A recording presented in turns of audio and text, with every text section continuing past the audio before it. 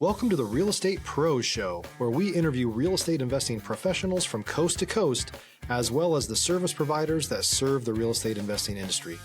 Our goal is simple: share what's working now to help you improve and scale your business to the next level and meet the pros that can help you get there. Real Estate Pros is powered by Investor Fuel, America's leader in helping real estate investors and professionals build the business you need to live the life you've always dreamed of. Let's start today's show. Property insurance for real estate investors doesn't have to be difficult, but it does need to be there to protect you when you need it. MyInvestorInsurance.com not only provides insurance at 15 to 30% cheaper than traditional agencies, it's built specifically for real estate investors like you. You can set up an account in about 2 minutes, get quotes on properties, turn on and turn off insurance for your fix and flip or rental properties in around 2 minutes without having to talk to anyone directly, all through our portal. There's no better way or faster way to make sure you've got the coverage you need to protect you, and no more lengthy policies either. Once you're set up, you're billed monthly and prorated by the day for however long your policy is active. It's powered by MSI, the third largest independent MGA, with 1.5 million customers and more than $1 billion in cumulative premiums written. Get set up today in about 2 minutes at myinvestorinsurance.com/fuel. Hey guys, welcome back to the show. I'm your host, John Harcar, and I'm here today with Cody Dover. And what we're going to talk about is running a low-cost operation so you can spend more time doing things you want to do. Guys, at Investor Fuel, we help real estate investors, service providers, and all real estate professionals 2 to 5x their business by giving resources and tools that allow them to build the businesses they want to live, or build and live the lives that they want to live. Cody, welcome to the show. Hey, what's going on? I'm super excited about our topic today. A big theme that we hear a lot is how to really streamline, how to really make things, a bit of a low cost operation. But before we talk about all that, share a little bit with our audience about you, how you started, where you came from, how you got here. Yeah. So I started in 2017 after college. I didn't know what I wanted to be when I grew up. So I just got the typical business degree just to see what was what. Mm-hmm. And I fell into this real estate course, the Rich Dad Poor Dad. And yes. From there, I bought in, I got sold. And luckily we got sold because it kind of kickstarted the whole action thereafter. Yeah. So buying the course kind of opened up the doors to real estate. And the first 5 months, we bought 5 houses. The traditional way, just on the market, and maybe structuring each deal differently, whether we raise the down payment or finance it in. So early on, we were able to structure deals 3 different ways between the 5 units that we bought there. And then we're like, well, if we can buy a course and then do this success, and what else is out there? So we kind of got distracted and started chasing like syndication apartments and other things. Shiny object syndrome. Yep, not single family. Right. So it wasn't until 2019, the end of 2019, where we stepped out of the W-2 world and jumped in full time. But this time with a different approach. We didn't realize back then that there's actually a sales marketing method to generate deal flow and qualify leads. So 2020 was the first full year that we were no longer W-2. And what's crazy about that is the first 4 months or first 6 months of 2020, we had only done 4 deals. And we're like, man, I don't know if we can keep it, we might have to go back to the job. Well, lo and behold, we didn't realize that we were building a sales pipeline of leads. Yeah. And so the next 6 months, we ended up doing 54 deals compared to 4 the first 6 months. So that was a big incredible aha for us to realize, there's actually a sales marketing engine to it, and it takes us to kind of work it and go from there. Yeah, no, and that's I think it's what a lot of people experience, right? Is you hit that and you're like, oh man, is this going to sustain? But the realization is within our business, fortune is in the follow-up. Yeah. Fortune is in, that pipeline that you built. Mm-hmm. So you were a banker. What college did you go to? What school did you go to? I went to Henderson State, just a small school here in Arkansas, a D2. Okay. And like I said, I went there not knowing what to do, just kind of doing what everyone else did. Sure. So you're what part of Arkansas? Central. So Little Central Rock. Arkansas. Mm-hmm. Okay. And do you do all your business in Arkansas, or do you go outside the lines, state lines? We've been outside the lines a few times, but I've realized there's so much more to improve in my current structure. here. Yeah. So before I can expand, I want to make sure I have that down. Yeah, and it's Stop living on an island and join the #1 mastermind in America for professional real estate investors. Investor Fuel is a community of hundreds of the nation's top investors working together to build stronger businesses and better lives.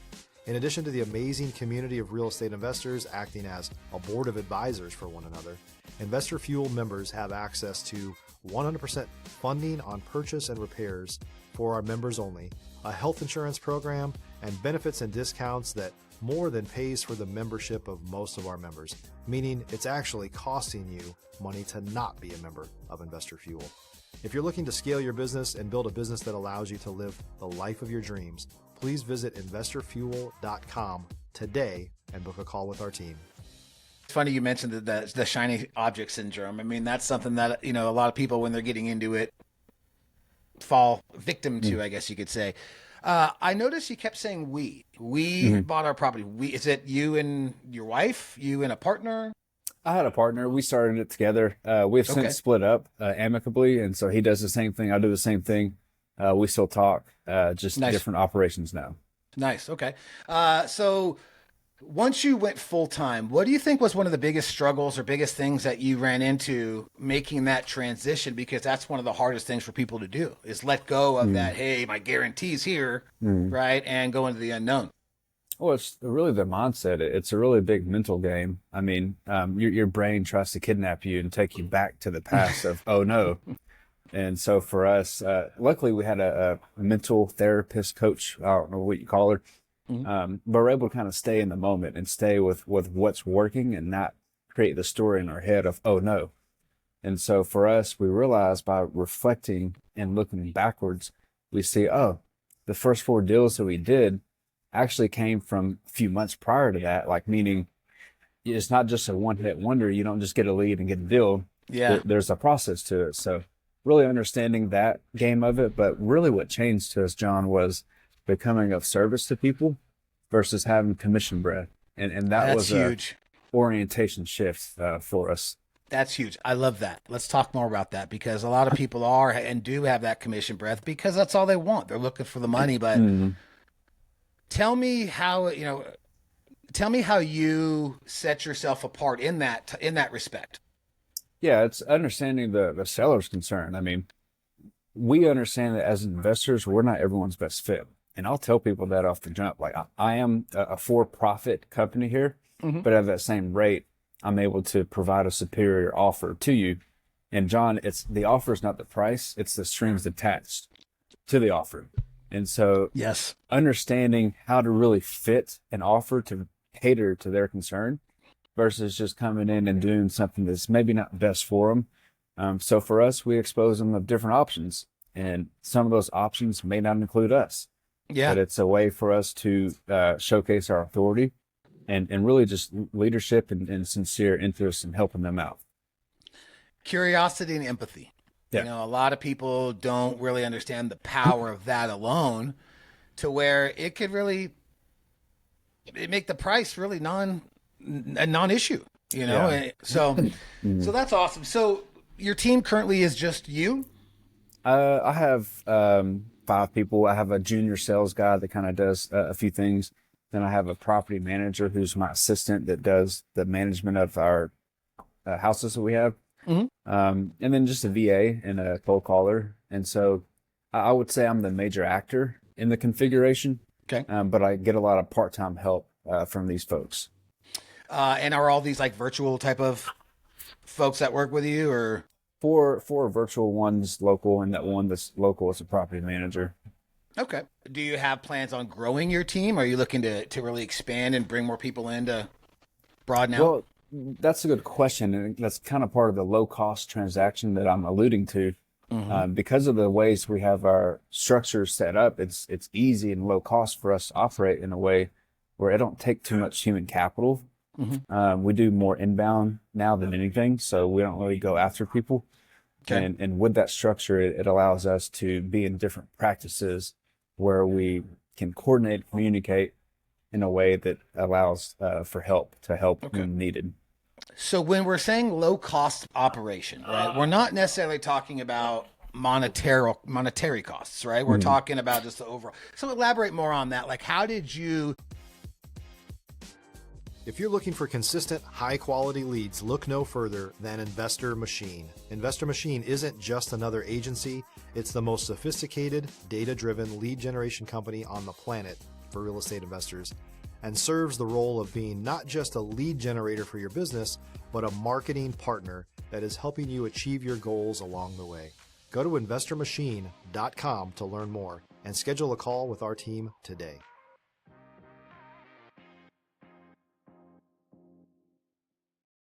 Decide that when you build this business, this is kind of the focus you want to do, low cost, just streamlined.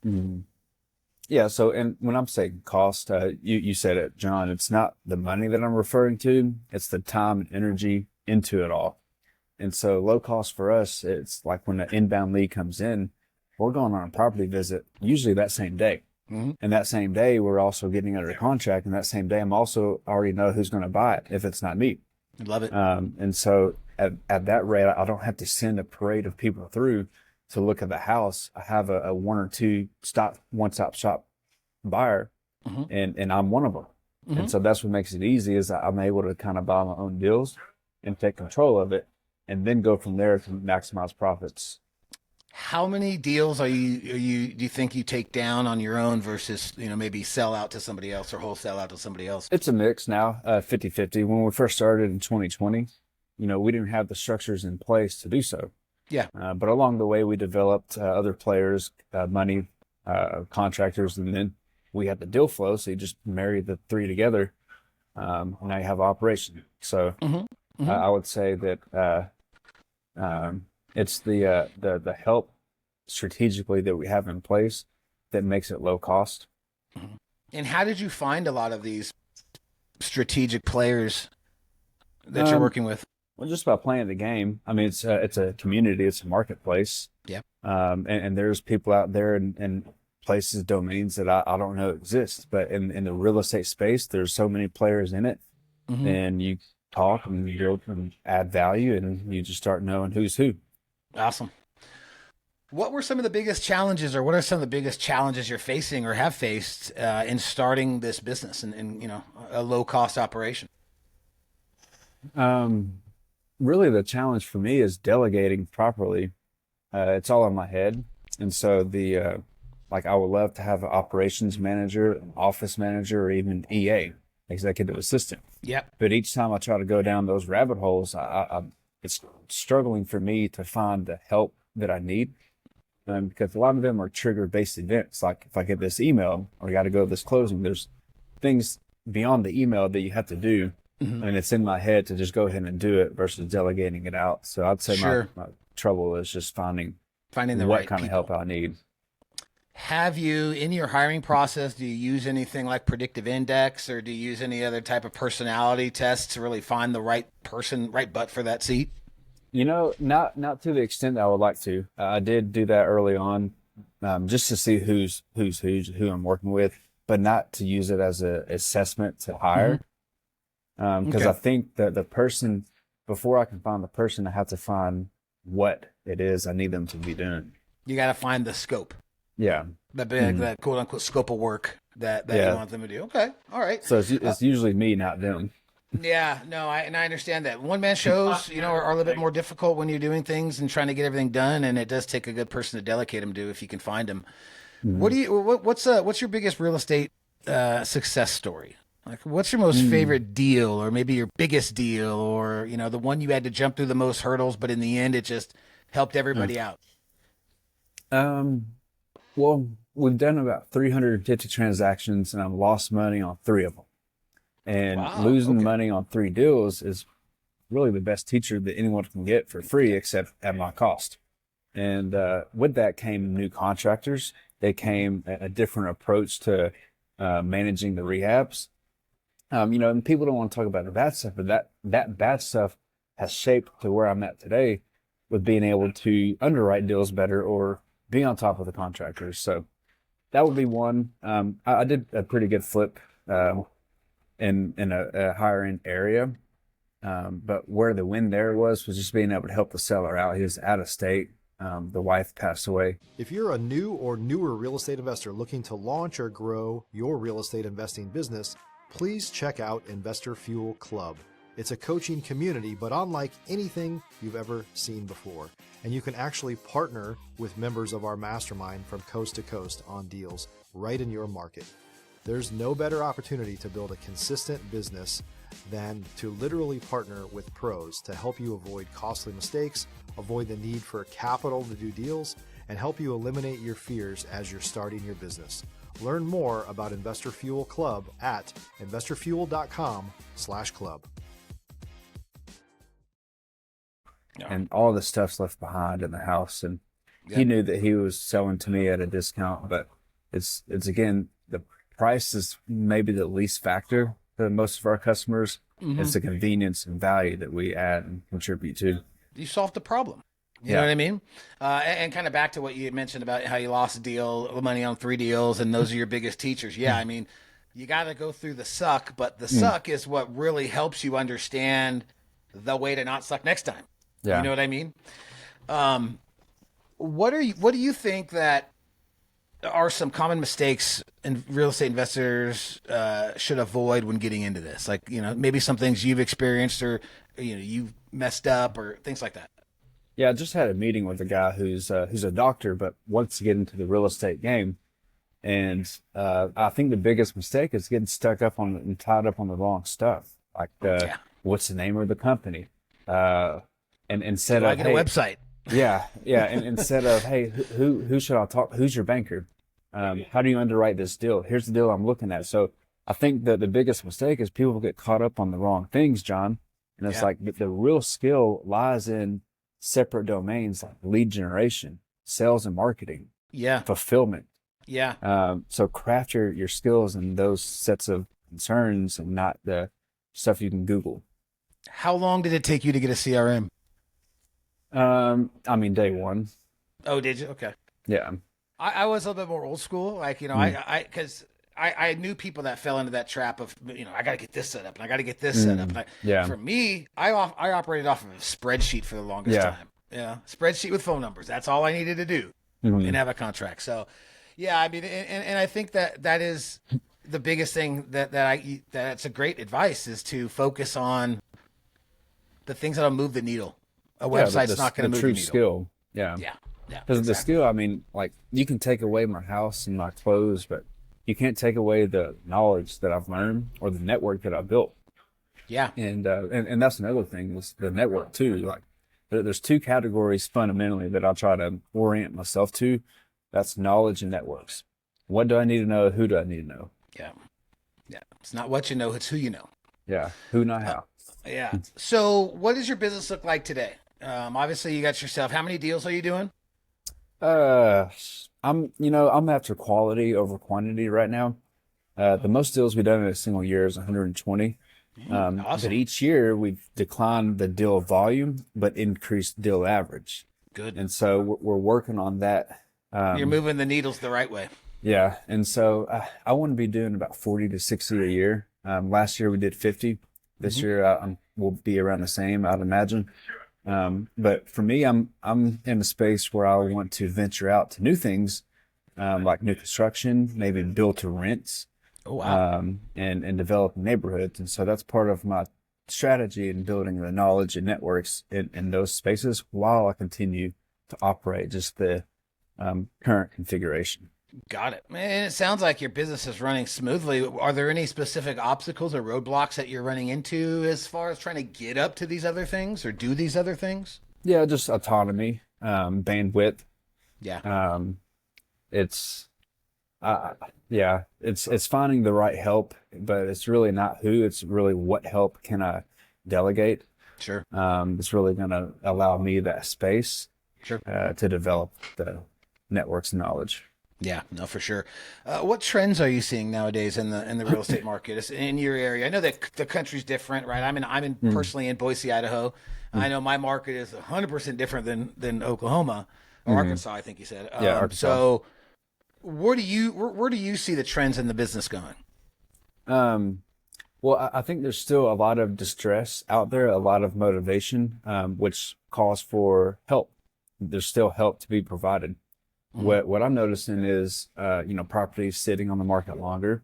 So what does that mean? You just underwrite a longer hold period and underwrite a lower sales price. Yep. And so usually that gets passed on to the seller at a lower price. But so long that you stick to the fundamentals and you're adding your buffers in on your underwriting, well, then it'll fundamentally can still work. What's a good thing about our market is it's a really good rental market. So it's price point to where if I can't sell it on the market, I can refinance and keep it as a rental property too. Yeah. So I have a few different ways of exiting there. Good. But yeah, I mean, noticing just the value, you got to continue to be fresh with your narratives and how you speak to the customer, really to get them off of price. Because the moment you're priced, then they're just going to go to the next guy who's going to pay your the pigeonholed higher price. Mm-hmm. Yeah. And for us, it's always about the value that we're adding. I told you early on, it's not the offer, it's not the price, it's the offer. And the offers, the strings are attached. The other things outside of the price of what you can do, how you can help, those type of things. You mentioned rentals. Are you holding a lot of rentals right now? I try to. Last year, I think I kept 5 of the 50. I've got 27 right now. 20 of those are with another partner, and 7 to myself. You went from 5 to 27? No. I had some 20 something last year before, but I'm saying got it. Overall, 27 units is what I own. But my goal really is more so the value or the equity than more so the door count. Yeah. So for me, I'm looking to achieve a $25 million portfolio by the time I'm 50. Wow, big goal. I love it. What's holding you back from holding more of them? Structure. That's a really good question because that's a problem I've been trying to solve. Mm-hmm. So like me being an operator and owner operator with deal flow and sales and marketing costs, I have to keep operations afloat. Sure. So I'm forced to sell most of them, then keep them, because if I keep them, well, I don't get the active income that I need to earn. Yeah. So part of that this year is for me to structure strategic partnerships to be able to hold more, but still take care of the concern of getting some type of marketing cost back on the front end. Yeah. And I've heard a lot, when it comes to people who are trying to dive into holding the rentals, is that you need that capital to come in. That passive stuff might not be there until you grow it big enough. You know what I mean? What resources do you recommend that folks maybe trying to get into the business could use that would help them kind of maybe accelerate a little bit? Oh, you're breaking up a little bit. What was that question? Oh, no. What type of resources do you think that, if someone was getting into the business and they reached out to you and said, hey, Cody, what are some things that can help me get going?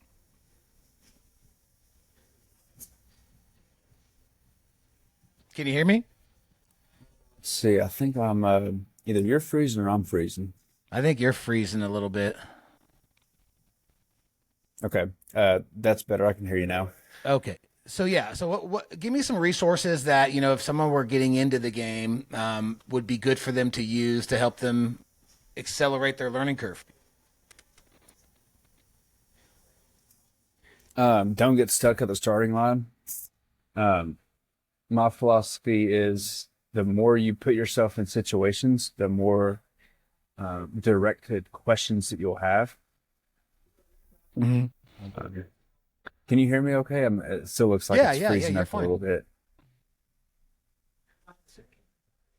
Yeah, so the advice I'd give is, don't get stuck at the starting line, but also build a network, add value to that network, and don't just take, but see where you can contribute. And sometimes that's your time. And that's a good point. Give, and you will receive back. So where do you want your business to be in 5 years? What does it look like to you?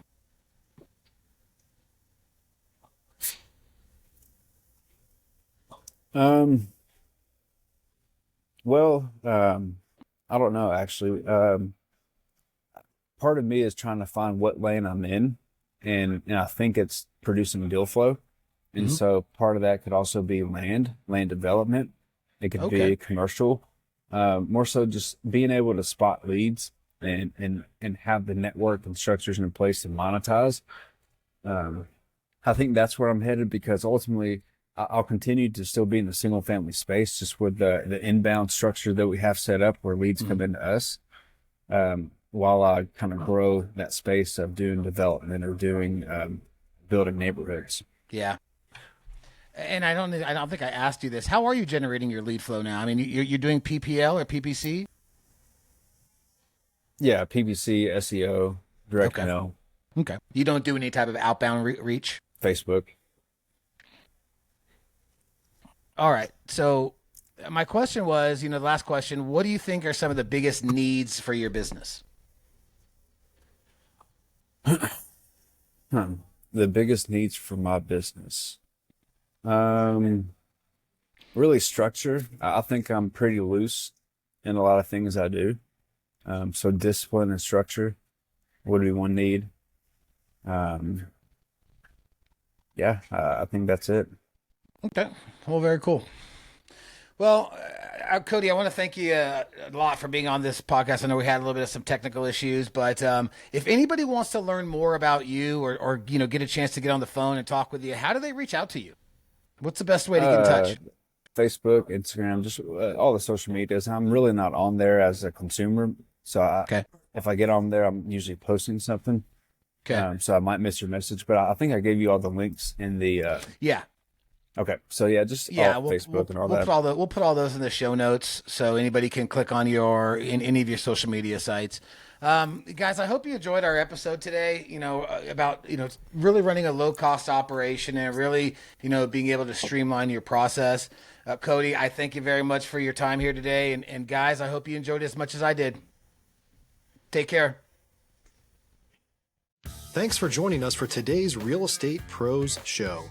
You can learn more about the amazing benefits of the Investor Fuel Mastermind community, including surrounding yourself with hundreds of other rock stars, 100% financing for your deals, and members-only discounts from vendors you're likely already using that, as a member of Investor Fuel, will save you more than the cost of your membership.